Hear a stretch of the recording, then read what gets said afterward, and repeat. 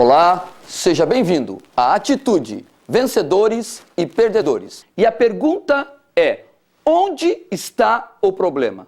Todas as vezes que pensarmos que o problema está lá fora, este pensamento é o problema.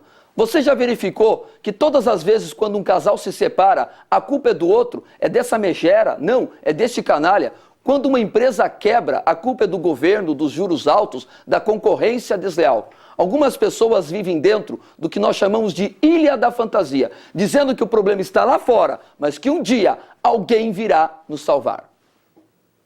Deixa eu contar uma história para você. Eu tenho 39 anos de idade e até os 27 eu já tinha fracassado 4 vezes. A primeira vez que eu quebrei, eu tinha entre 19 e 20 anos, abri uma empresa que trabalhava com roupas de marca, até que um presidente entrou 45 dias depois da nossa inauguração e confiscou o dinheiro de todo mundo. O problema é que eu estava endividado até o pescoço. Eu fiquei sangrando durante 3 meses, 90 dias depois tive que fazer uma liquidação. O que eu comprei por 100, vendi por 30, paguei todo mundo, só fiquei devendo o meu pai na época. E as pessoas me perguntavam, mas Ali, você quebrou? Você já quebrou? Eu falava, cara, o presidente, o governo me quebrou. O que aconteceu? Fiquei 1 ano para pagar meu pai, mais 1 ano para me capitalizar, abri a empresa de volta. 9 meses depois, nós éramos a empresa que mais vendia na cidade dentro do nosso ramo. Até que um dia, um cara entrou na nossa empresa, tirou o ar-condicionado, roubou toda a mercadoria da loja. Novamente, quebramos. Aí as pessoas, mas Ali, você quebrou de novo? Eu falei, cara, me roubaram. Ou seja, todas as vezes eu já tinha uma justificativa para dizer por que eu tinha fracassado. Quando eu quebrei pela 4ª vez aos 27 anos, eu cheguei em casa, parei na frente do espelho do banheiro, olhei no fundo dos olhos daquela pessoa que me olhava e falei o seguinte, vai ser bom para quebrar assim lá na caixa prego. Eu comecei a entender naquele instante que só existia uma pessoa responsável pelo meu fracasso. E sabe o que acontece? Aquela pessoa estava me olhando no fundo dos olhos, naquele espelho, naquele instante. Eu comecei a entender que a única pessoa responsável pelo meu fracasso ou pelo meu sucesso era eu mesmo. E nesse instante, olha que interessante, a partir do instante que eu verifiquei que eu era responsável, deixei de quebrar. Pelo menos até hoje, não quebrei mais. Ou seja, vencedores assumem a responsabilidade. Perdedores buscam culpados. A pergunta é, quem é você?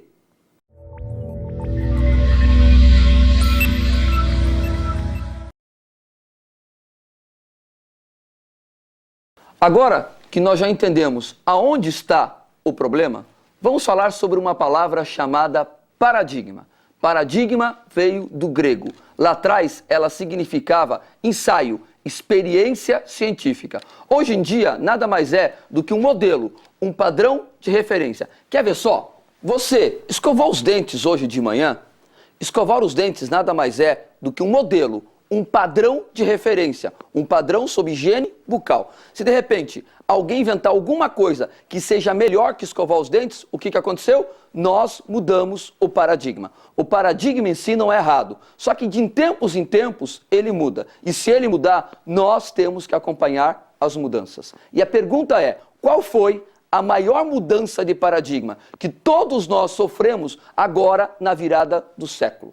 Simples. Algumas pessoas vão falar sobre tecnologia, internet, computadores, celulares, outros vão falar sobre globalização, mas olha que interessante. Nós éramos crianças, nossos pais chegavam para nós e falavam assim, meu filho, minha filha, vai para a escola, vai estudar, para quando você crescer, você arranjar o quê? Um bom emprego. E a pergunta é, o que era um bom emprego? Um bom emprego é um emprego que fosse seguro. Como? Você entrava na empresa, contava nos dedos 30, 35 anos e saía lá de dentro aposentado. A segurança estava onde? Nas mãos das empresas. Você conhece alguém que tinha um emprego seguro e hoje não tem mais? O que está acontecendo? Simples, estão acabando os empregos seguros. Mas Ali, a empresa não vai me dar segurança? Não. Ué, Então, quem vai me dar segurança? A segurança deixou de estar nas mãos das empresas e a segurança veio aonde? Para as nossas mãos. O desafio é que a maioria das pessoas não foram treinadas e nem preparadas. Para o quê? Para que elas possam gerar as suas próprias seguranças. Esta foi a grande mudança de paradigma. A segurança deixou de estar nas mãos das empresas e a segurança veio aonde? Para as nossas mãos. A palavra para isso é empregabilidade. O que seria isso? É a nossa capacidade de nos mantermos empregados. A segunda grande mudança de paradigma é muito simples. Nós éramos crianças revoltados de tanto fazer tarefa, a gente virava para a mãe e falava: mas mãe, quanto tempo na vida eu tenho que estudar? Elas, com toda a paciência do mundo, falaram: ah, meu filho, até você se formar. Depois que você se formar, você vai trabalhar e ganhar dinheiro. A pergunta é: isso é verdade hoje em dia? Por quanto tempo na vida nós devemos estudar? A palavra é para o resto da vida. Aprendizado é contínuo. Existe um órgão do corpo humano que determina por quanto tempo na vida nós devemos estudar. E esse órgão é o nariz. Pega o seu nariz e puxa o ar. Entrou o ar, ótimo. Continue estudando, não pare de estudar. O dia que você puxar o ar e o ar não entrar mais, pronto. Agora você não precisa mais estudar. Ou seja, estudar é para o resto da vida. Eu me lembro que alguns anos atrás, em um treinamento, após eu ter falado que aprendizado hoje é para o resto da vida, chegou um dos nossos alunos e falou: mas Ali, eu já estou velho para aprender, eu já estou velho para voltar a estudar. Olhei na cara dele, 38 anos no máximo. E naquela mesma época, passou uma reportagem na televisão sobre uma senhora em São Paulo que aos 84 anos de idade tinha passado no vestibular. Interessante que quando a repórter chegou para ela e perguntou: como a senhora se sente aos 84 anos de idade, entrando na faculdade, ela toda faceira falou: ah, minha filha, está começando uma nova fase da minha vida. Veja que interessante, ela aos 84 anos de idade, começando uma nova fase. Ele, aos 38, estava velho. Mas a pergunta é, já que ele está tão velho, mas tão velho, mas tão velho assim, por que não morre? Ela é uma jovem de 84 anos. Ele é um velho caduco de 38. Uma das maiores tragédias da humanidade é quando jovens de 20, 30, 40, 50 anos morrem. Mas não é aquele cara que morre e a gente enterra. É aquele cara que morre e continua respirando. Além de respirar, todos os dias ele vem trabalhar. Além de vir trabalhar, todos os dias ele tem alguma coisa para reclamar. Você conhece alguém assim? Ou seja, esta pessoa já morreu. O problema é que nós ainda não podemos enterrá-lo. Lá na lápide dele, quando ele morrer, vai estar escrito assim: morreu aos 27, enterrado aos 86. E a terceira grande mudança de paradigma é a mulherização. Mulherização, o que é isso? Simples. Em 1980, para cada 4 homens que entraram no mercado de trabalho, entraram 1,7 mulheres. Ou seja, era mais de 2 homens para cada mulher. Agora, em 2002, para cada 4 homens que entraram no mercado de trabalho, entraram também 4,5 mulheres. Ou seja, já entra mais mulheres do que homens. Isso é uma mulherização da nossa economia. Imagine só, na cabeça dos nossos avós, há 50 anos atrás, imaginando que no futuro o mercado de trabalho seria das mulheres e o que os homens seriam coadjuvantes dentro deste mercado. Mas a pergunta é, quem é mais inteligente, o homem ou a mulher? Não existe uma resposta para esta pergunta. Deixa eu fazer uma segunda pergunta. Quem hoje está mais preparado para o mercado de trabalho, o homem ou a mulher? Para esta pergunta nós temos uma resposta. As mulheres, elas têm em média 3 anos a mais de escolaridade que os homens. Se alguém duvidar que o futuro é das mulheres, pare na frente de uma universidade à noite, com papel e caneta na mão, e fique contando quantos homens e quantas mulheres saem lá de dentro. Qual é a grande mudança? Simples. O mundo é de quem está preparado. Todos nós temos aqui dentro o que nós chamamos de balança emocional. De um lado dessa balança, nós temos um negócio chamado preço. Do outro lado, prêmio.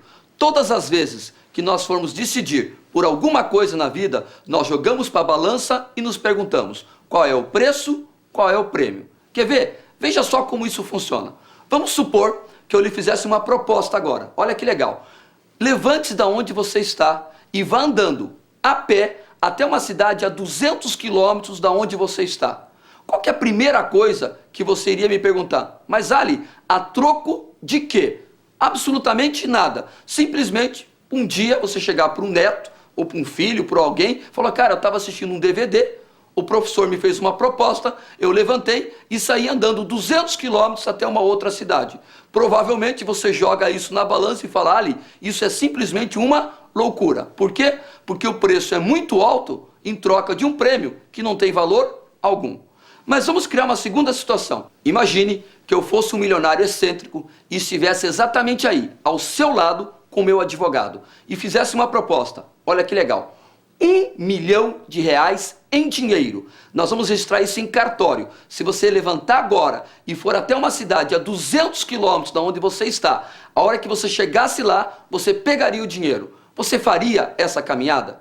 Bem, eu acredito que muitos iam até perguntar, Ali, precisa só ir ou pode ir e voltar também? A pergunta é, o que mudou? Mudou o preço? Não. Os mesmos 200 quilômetros, frio, sol, chuva. O que nós temos de mudança agora? Mudou o quê? O prêmio. Agora vale a pena a caminhada. Ou seja, é assim que nós tomamos decisão. Qual é o preço? Qual é o prêmio? Agora é sério.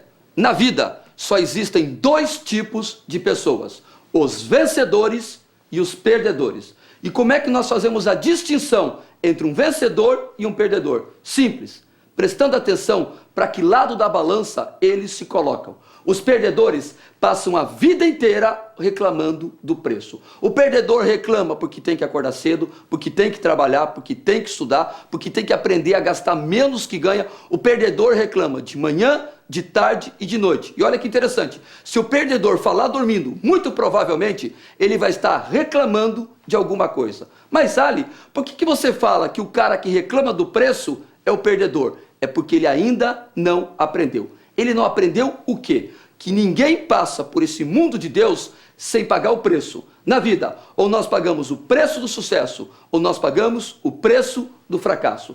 Qual é o preço do sucesso? Acorde cedo, trabalhe duro, seja honesto, faça tudo o que é necessário, estude, estude, estude e nunca esqueça, guarde dinheiro todo santo mês. E o preço do fracasso? Passe a vida inteira perguntando aquilo que é mais fácil e fracasse no final da vida. Se um dia alguém perguntar para você, você quer pagar o preço do sucesso ou do fracasso? Queira pagar o preço do sucesso 10 vezes, que é mais barato do que pagar uma única vez o preço do fracasso. O fracasso é muito caro. Você paga o fracasso a vida inteira, morre e ainda deixa dívidas do fracasso para os herdeiros continuarem pagando. E os vencedores, Ali? Os vencedores olham para o outro lado da balança.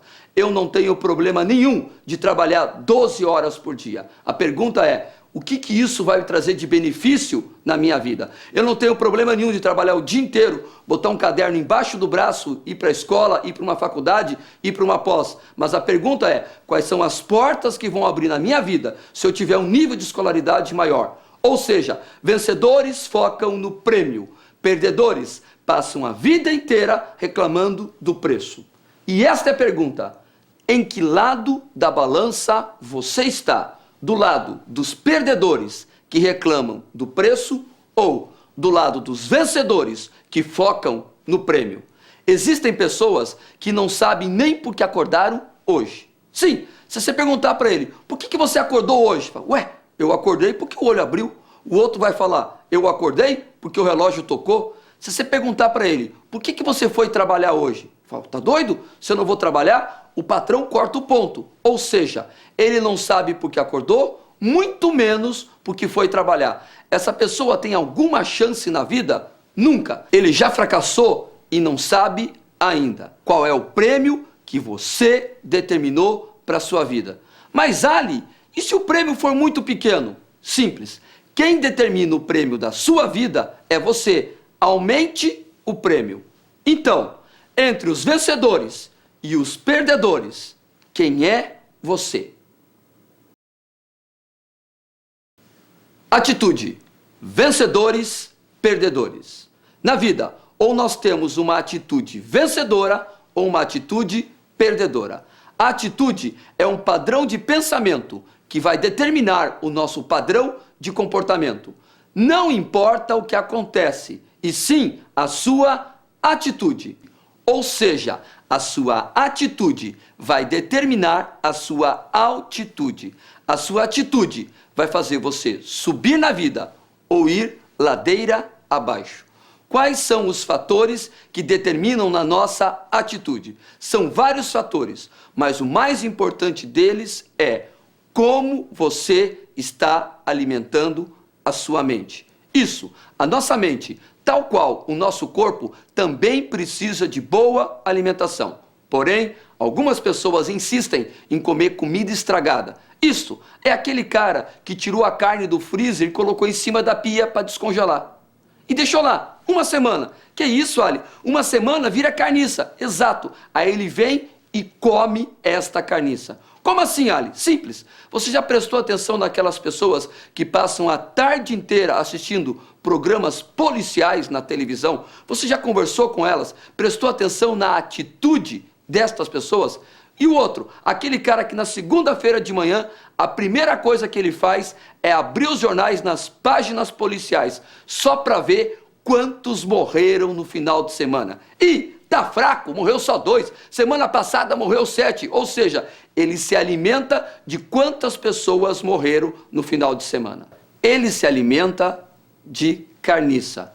E você, como está alimentando a sua mente? De boa música, bons livros, boa conversa, bons cursos. Se você seleciona a comida que entra na sua boca, deve selecionar mais ainda a alimentação que entra em sua mente.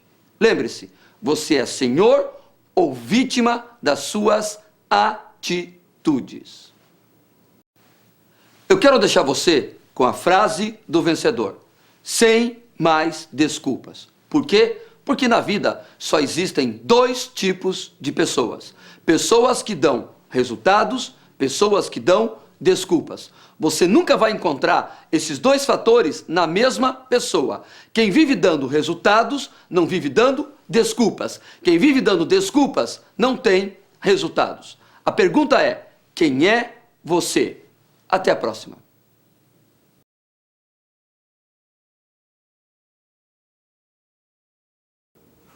O que eu vou compartilhar com você agora é o que nós acreditamos ser a filosofia do vencedor. São 5 verdades. Ao longo de mais de uma década, em nossos treinamentos, cursos e palestras, estivemos em contato com dezenas de milhares de pessoas. E é muito comum algumas dessas pessoas chegarem para mim e falarem: mas Ali, como eu gostaria de saber todas as respostas da vida. Uma das coisas que nós aprendemos é que a vida não é feita de respostas. A vida é feita de perguntas corretas. Pega essa ideia. Garotinho, 10 anos de idade, tomou banho, a mãe dele veio, penteou o cabelo dele pro lado que ele odeia, botou uma mochila nas costas dele e falou: filho, vai para a escola estudar para você ser alguém na vida. E esse garoto saiu da casa dele em direção à escola. Olha que interessante, na esquina da escola, esse garoto se depara com o que nós chamamos de dura realidade da vida. Ele está numa encruzilhada, num ponto de decisão. Por quê? À esquerda, ele enxerga a escola. À direita, ele enxerga um campinho de futebol e ele é doente por bola. Nós, seres humanos, decidimos através do quê? Decidimos através de perguntas. E ele faz a seguinte pergunta: o que é mais legal? Ir para a escola, aguentar aquela professora chata na minha orelha, ou ir jogar bola com meus amigos e olha que foi todo mundo e ninguém me esperou? Ele fez uma pergunta errada, adivinha o que ele vai ter? Uma resposta errada. Anote a primeira verdade: a vida não é feita de respostas. A vida é feita o quê? De perguntas corretas. Se você fizer a pergunta certa, tenha certeza, você já tem a resposta certa. Mas Ali, por que então as pessoas não fazem a pergunta certa? Simples, porque elas têm medo da resposta certa. Então, nós passamos a vida inteira fazendo a pergunta errada, Para quê? Para fugir da resposta certa.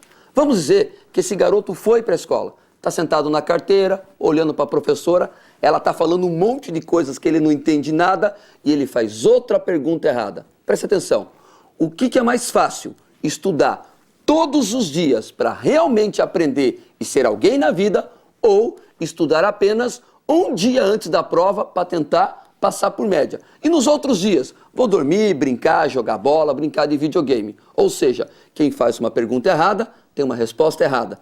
Preste atenção, como é que ele começou a pergunta dele? O que é mais fácil? Vamos colocar agora a segunda verdade da filosofia do vencedor. Escreva assim: eu não quero que a vida seja fácil. Eu quero que a vida valha a pena. Por quê? Quando nós chegamos nesse mundo, milhões de pessoas já estavam aqui. E você sabe qual é a pergunta predileta da multidão? É: qual caminho é mais fácil? Se você fizer essa pergunta, você está seguindo o caminho da multidão. A multidão lá fora, quando não ganha salário mínimo, está desempregada. Ali, mas eu não quero isto para a minha vida. Então nunca se pergunte qual caminho é mais fácil. Pergunte sempre: vale ou não vale a pena? A terceira verdade diz o seguinte: a vida é dura e os primeiros 100 anos são os mais duros. Mas Ali, para que isso? Para acabar com a frescura. Que frescura? Ah, meu Deus, como eu queria que a vida fosse fácil. Nunca foi, não é e nunca será. Quando você rezar para Deus, peça para ter força e sabedoria para saber enfrentar o que está por vir. Porque não se preocupe, virá. A quarta verdade nos diz o seguinte: a dor é inevitável. Ou seja, todos nós vamos sentir dor na vida. Por exemplo, quem aqui não acordou numa noite fria, no escuro, indo até o banheiro e meteu a canela no pé da cama? O que é isso? Isso é dor. Brincadeiras à parte. Quem aqui já não perdeu um ente querido? O que é isso? Isso é dor. A dor é inevitável, mas o sofrimento, ele é opcional. Só sofre na vida quem quer. Para uma mãe, quando o filho dela está doente, para uma mãe isso não é sofrimento. Para uma mãe isso é dor. Se ela vai sofrer ou não, isso é uma outra história. Você chega para um amigo, ele está caído, fala: cara, o que aconteceu com você? Ah, você não sabe o que aconteceu comigo há 5 anos atrás. 5 anos e você ainda continua assim? Ou seja, cair é inevitável. Permanecer no chão é opcional. Imagine que amanhã de manhã você tem um compromisso de vida ou morte com seu futuro, exatamente às 7 horas da manhã. Porém, você foi dormir muito tarde hoje, passou a noite inteira acordando, dormindo. Quando o teu relógio, às 5:30 da manhã, despertou, você acordou com muito sono. Eu não sei se algum dia você já acordou bêbado de sono. E se ficou naquela: levanto, não levanto, vou, não vou, você lembrou da importância do compromisso, pegou o chicote e falou: é importante ou não é? É. Então levanta, e slap-te, e você se arrancou da cama e foi para o compromisso. Ou, presta atenção no ou você falou: não, eu vou dormir só mais um pouquinho, daqui a pouco eu vou, e perdeu o horário. E chegou atrasado no compromisso de vida ou morte. Olha que interessante, agora o chicote não está mais em suas mãos. O chicote agora está nas mãos do seu futuro, que às 7 horas da manhã olhava para aquela porta e você não estava lá. Ou seja, você ia apanhar de qualquer maneira. Quinta verdade da filosofia do vencedor: todo mundo vai apanhar na vida. A única coisa que nós temos como escolha é se nós ou a vida vai segurar o cabo do chicote. Lembre-se, as 5 verdades da filosofia do vencedor. Primeira, a vida não é feita de respostas. A vida é feita de perguntas corretas. Segunda, eu não quero que a vida seja fácil. Eu quero que a vida valha a pena. Terceira, a vida é dura e os primeiros 100 anos são os mais duros. Quarta, a dor é inevitável, mas o sofrimento é opcional. quinta verdade: todo mundo vai apanhar na vida. A única coisa que nós temos como escolha é quem vai segurar o cabo do chicote. Sucesso é uma decisão. Parabéns!